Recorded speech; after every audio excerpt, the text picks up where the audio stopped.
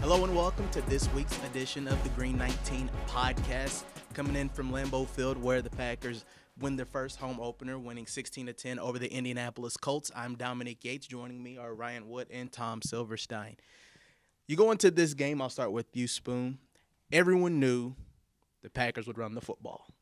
But still, to watch them execute the way they did, even Malik Willis' debut and all, just how impressed are you with the fact that the Packers were able to get the job done? I guess style points don't matter. They were able to get a win.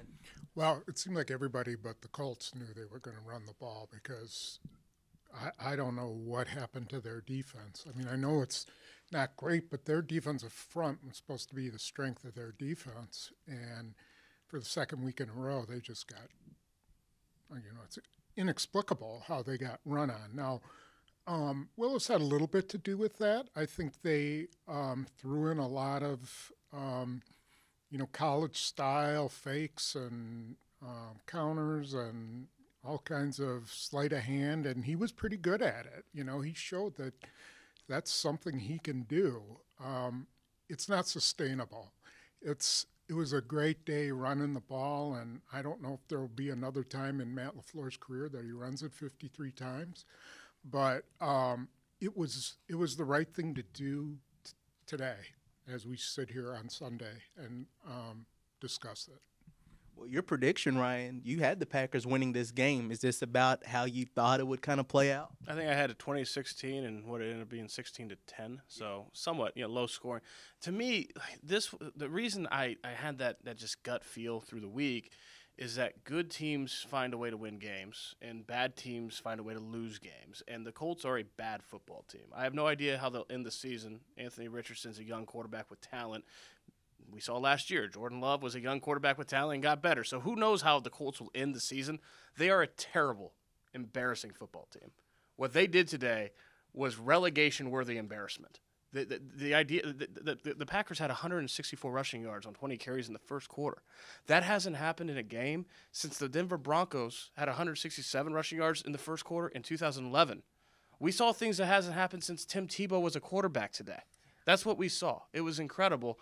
I think the Colts knew that they were going to run. They just couldn't do a dang thing about it. And that's the embarrassing part of it. Because of course, like Gus Bradley said earlier this week, they're preparing for Malik Willis. The Packers try to play this game of maybe Jordan Love will play, which I heard in the locker room was, even internally, there was some thought that Jordan Love might have a chance. He was trying to get back for this game.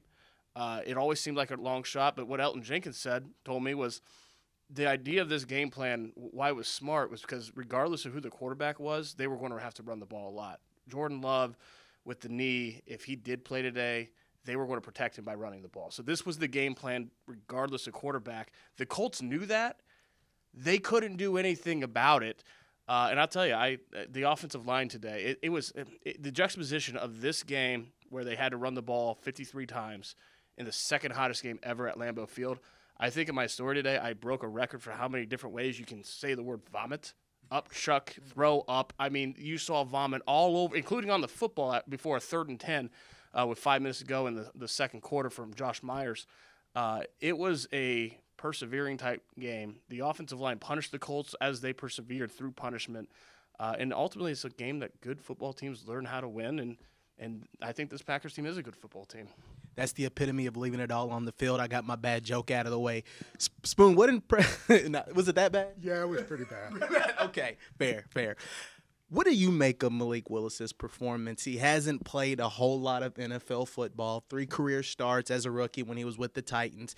He's been in Green Bay all of 3 weeks, but to manage the game the way he did, threw some nice passes. There's some passes that during times he haven't seen that a lot in his career. What did you make of what Malik Willis did out there? Well, what they did was limit him to very simple routes on the tree. And you know what? He threw a nice ball to Dontavian Wicks that if he doesn't put that kind of gas on it, it's returned for a touchdown. But he put the right gas on it, and Wicks did everything after that. The ball to Dobbs, I was talking to one of the Indianapolis writers, and he's like, Dobbs goes and makes that play, and Michael Pittman has the same similar play with Carrington Valentine, and he doesn't go and make the play. So, the strength of the Packers team is still their wide receivers. And if Malik Willis has to play again, I mean, you could bet that the Titans will have everybody on the line of scrimmage and make him throw.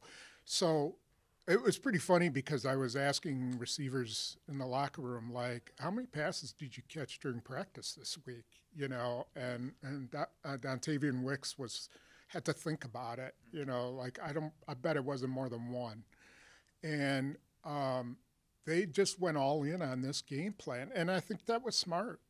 But now they better be ready to pivot in case he has to play again. I do think there's a chance Jordan Love plays this week. He apparently had a really good rehab week. I still think he was out the whole week.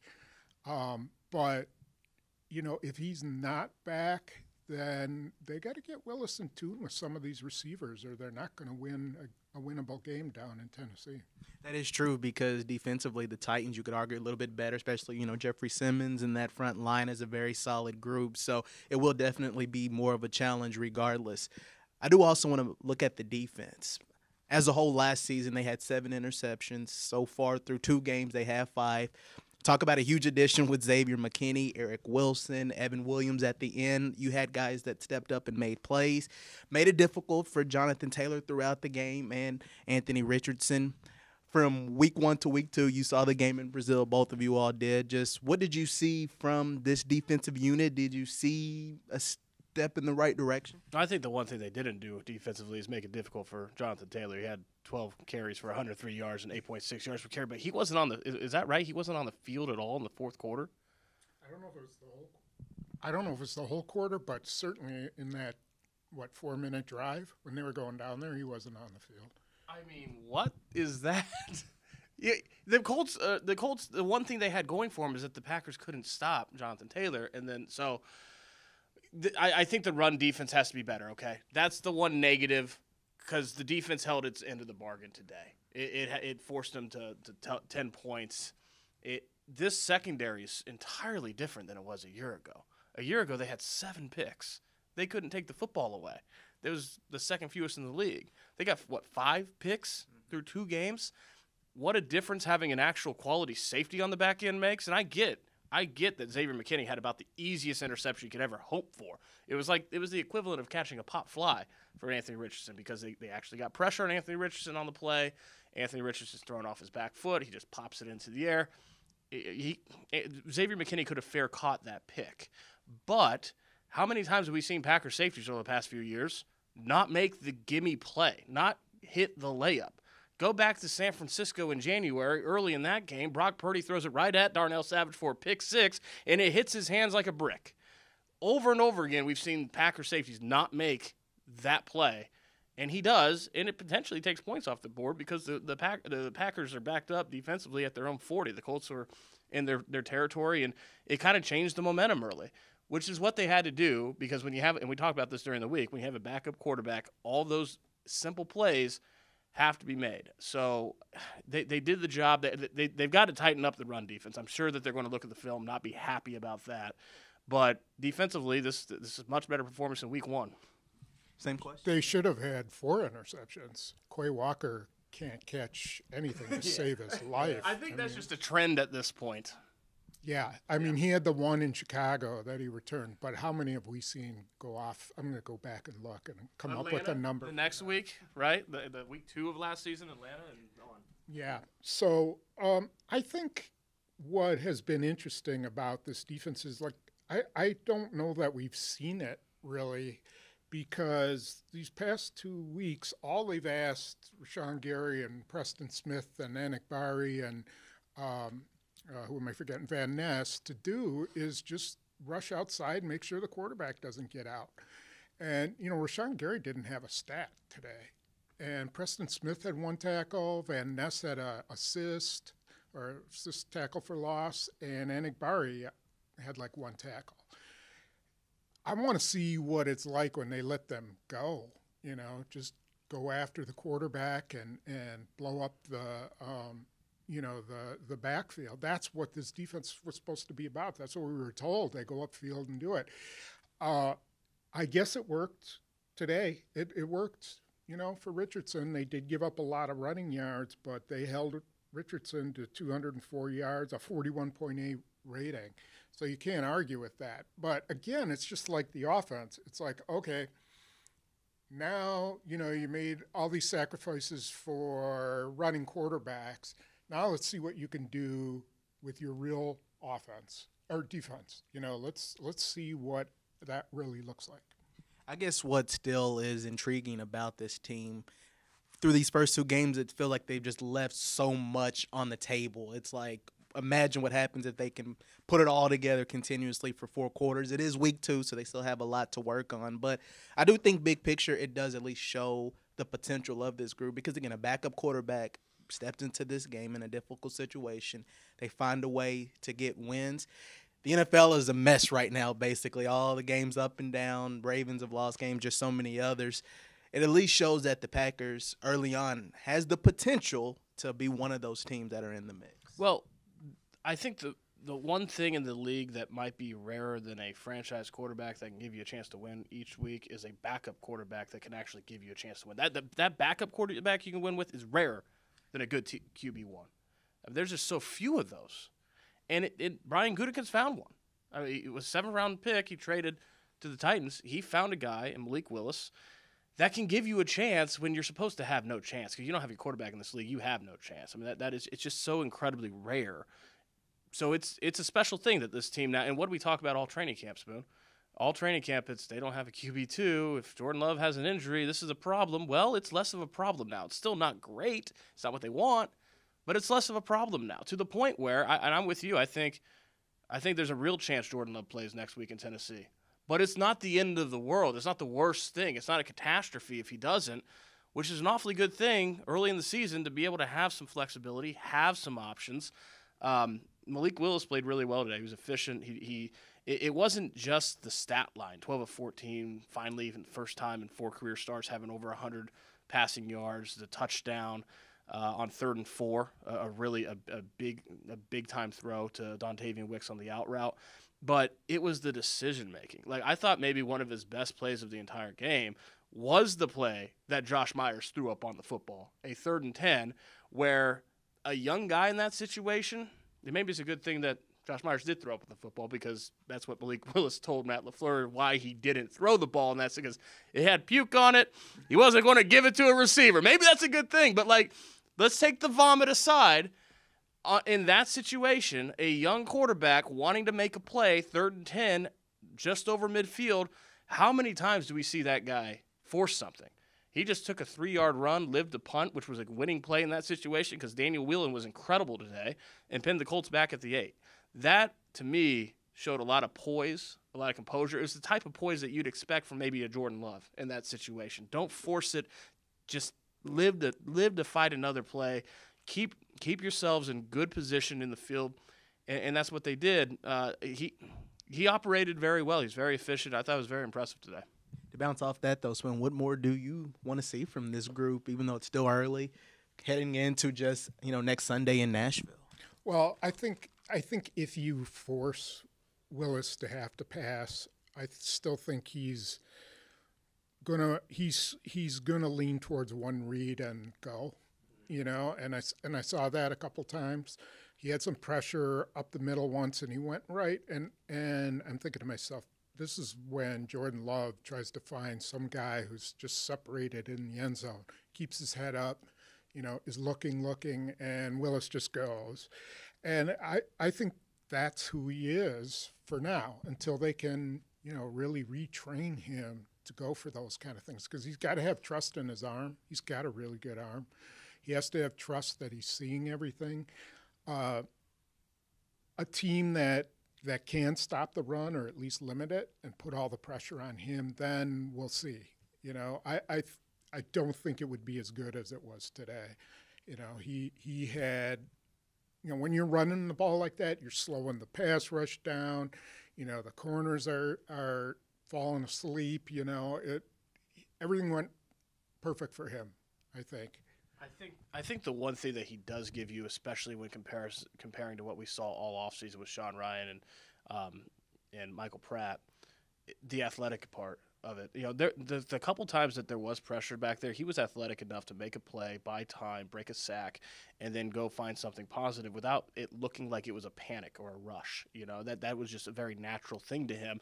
And obviously then in the designed run game, that gives Matt LaFleur flexibility and options when it comes to crafting a game plan around him. He can do both. You know, he doesn't just have to be a drop back guy. He can run the football and be a playmaker with the ball in his hands. That's a good thing. So I think just he's been here 3 weeks, and there's not much of this offense he knows right now. He's going to be a one-read guy until that happens. He'll be a one-read guy if he plays next week because he just doesn't know the offense that well. Because how can you in 19 days? But that one element of the athletic component that Sean Clifford and Michael Pratt don't have, that's a big difference to me. Braden Arvison, he went 3 for 4, and once again, a second straight week where he missed the field goal. Again, 45 yards, I think, was the one that he missed. So what do you make of it? Well, I think, to me, the Packers special teams right now in general is one extreme good and one real question mark in the kicking. I mean, I get that not every kick's going to be made, but for Braden Arvison to miss 2 kicks under 50 yards to start the season, both wide right, one hits the upright, and the other in week 1 against Philadelphia from 44 yards today, 45-yard wide right, that's got to get better to me. And I think it'll be very interesting. I'm not saying that he should be at the end of his rope by any means, but we've seen a GM here, Brian Gutekunst, that acknowledges he's not very patient with specialists. He's not very patient with kickers. And here you go out and you have 2 misses on very makeable kicks that need to be made, should be made. Didn't hurt him today, but not how the Packers would want to script the introduction to a new kicker. They would have liked these easier kicks to be made. So I think that's a concern. On the other hand, Daniel Whelan, my gosh. I mean, for the first time ever, I think, I mentioned the punter in my quick gamer. I've never done that before, but Daniel Whelan, cast a vote for him for MVP. He was as good as any player on the field today on either team. 3 punts is all he punted, but they were perfection. I mean, the first one, he downs it. It was about 40 yards. He downs at the 8-yard line. The second one, he kills the football, changes field position, 59 yards down at the 16. And then needing to seal the game at the end, he downs a punt at the 5-yard line. That's as good as we've seen Spoon punting the football. I mean, when's the last time you saw that? Yeah, it's been a while. Tim Mastay had a year where I thought he was the MVP of the team. He punted so well. He did have a big game. You know, it was a perfect atmosphere, just like it was in Brazil, to punt and kick, which is why Narveson doesn't have any excuses on that kick. He pushed it to the right. But they're going to cut him some slack. I mean, Gutekunst already said that, and I think he said it to take some pressure off him. Like, just go kick. You know, I'm going to have more patience with the kickers than I've had in the past. And the one thing you can see is that he's got a very powerful leg. I haven't seen him really miss-hit a ball, I don't think. Everything's pretty solid. Timing's pretty good. So, yeah, he's going to miss some field goals this year. You know, I don't think he's going to hit 85% of his field goals this year, and they're just going to have to live with that and hope that he hits the really big ones when they need him. In this game, it could have hurt him. It could have. If the Colts go down and score right after that, that's a huge momentum change, just like it was for the Eagles game. Yeah, but say if he made that one, the Packers would have 1 point if he had made the one that he missed. So it is a game of momentum, but at least for the most part, there was a lot of complimentary football that was played, and you mentioned the punting. Just, again, it was just one of those games where you needed more good to come together than bad, and they were able to catch some of those breaks that in some situations, maybe in the past, you can say they don't get those breaks. At what point do you think it's a problem? I mean, it's not a problem right now. I agree, Spoon. I think right now, week 2 going into week 3, you can give a certain amount of leash and patience, and if you believe in the talent, you give that a chance. But it's not great either. Like, let's just call it what it is. Missing kicks under 50 yards in this league on a week-to-week basis is not ideal. That's not good. You need to make those kicks. This is professional football. You have to make them. At what point is that a problem, especially when you bank in the psyche of this team? I mean, the reality is, at the start of 2023, they've gone from long 3 decades of very stable kicking situation, obviously Mason Crosby on the tail end of that, to all of a sudden, makeable field goals that you usually routinely see made are no longer routine. And it's just kind of continued there. Yeah. I have a question about special teams. Does anybody watch kickoffs anymore? No. I've got my head down. I don't even, sometimes I just wait for the ball to be placed at the 30. What a bad move it is. And finally we had something exciting with an onside kick. They declare for the onside kick, and then it was a lousy kick. Yeah. Right. I mean, right to Evan Williams. I mean, he made the right move on it. But, man, am I sick of that. Fine, just take it out of the game. Just put it at the 30 for every team, because it's really a waste of time. This is the equivalent to me to in baseball several years ago now, when the intentional bases on ball, they stopped having to throw 4 pitches, and they just said, you know what, go to first base. Just walk. Save the time, save the lining up, save the shenanigans. Just go. Because, Don, we were talking about it during the game, the kickoff. I'm like, there's not a kickoff anymore. It's just, it doesn't exist. You kind of see, I think, why the Packers voted against it. I think Rich Bisaccia had an idea that this was just going to be phony. It was going to be stupid. And now I would imagine a chiseled veteran, long time, kind of maybe a little crusty special teams coordinator doesn't want to devote an entire offseason to something that's going to be absolutely bogus in the game. And I would vote against it too. The vote makes more sense now. They should have moved the touchback to 35. Then I think 40 would be a little bit too long, but 35 would make people think about whether they're going to kick it out of the end zone. 35's, that's good field position. 30's, okay, it's good. You like 30, but 35, I think, changes a lot. Teams can go 60 yards, 65 yards a lot easier than they can go 70 or, 80 when it went to the 20. I was wondering if it needed to be the 40, only because it's almost like the method of boiling a frog to death slowly, right? Like when you're just increasing it by increment 5 yards in an offset, I don't know that seems like a lot. Well, you got used to the 25, 30, that's no big deal. You get used to the 30, 35, that's only 5 more yards. You go from 30 to 40, that's more of a drastic change. So if that's what you really want to do, the slow increments, I don't think it really registers that much when you get used to a certain touchback position. Well, they had a chance to change it before the season started. The owners met on it in August, and there was supposed to be talk about, okay, we've seen it in the preseason. Nobody's returning anything. Move it to the 35, and then it changes. And then if you need to do it the next year, 5 more. But they really should have moved it in August, because, they should have been able to see this coming.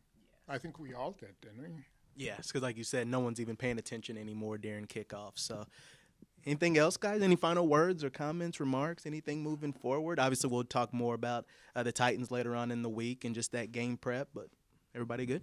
Yeah.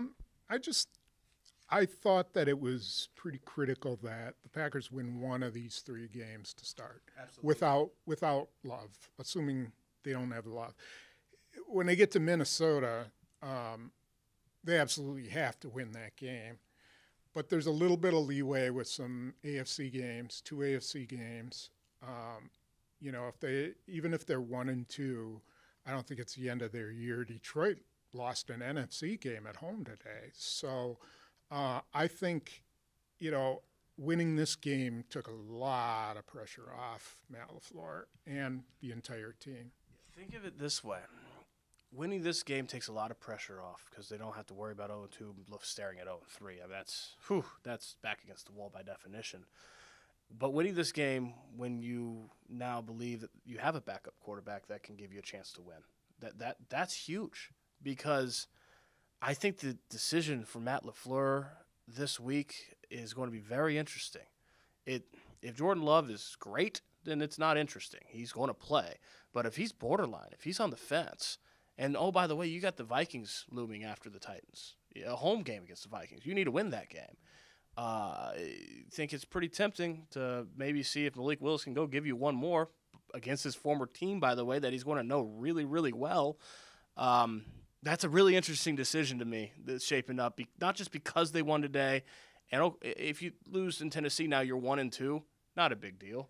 Packers started 1-2 in 2014. Aaron Rodgers said RELAX. They ended the season pretty well. They have that option now because they won, but also because Malik Willis played quite well today. Was efficient. He operated well. He was wise. He was smart. He was poised. It sets up a really interesting decision this week. That is true, especially, I guess this is just my opinion. Like you said, if Jordan Love is shaky, I think that a game like this did prove that, like, okay, yeah, let's go with Malik Willis. Let's see what happens, because you look at the Titans and you say a turnover-prone team, lost to the Jets. Aaron Rodgers plays quarterback for them. I'm not sure if you all knew that he played for the Jets. Familiar name, right? Aaron Rodgers was kind of just efficient today. I think it was like 18 of 30. He had 2 touchdowns, no picks, because he never throws picks. But it wasn't like he had a huge day. He was just he was efficient in that game, which is what we saw from Malik Willis today. Nothing extraordinary, just efficient. I don't know. I think that's going to be interesting.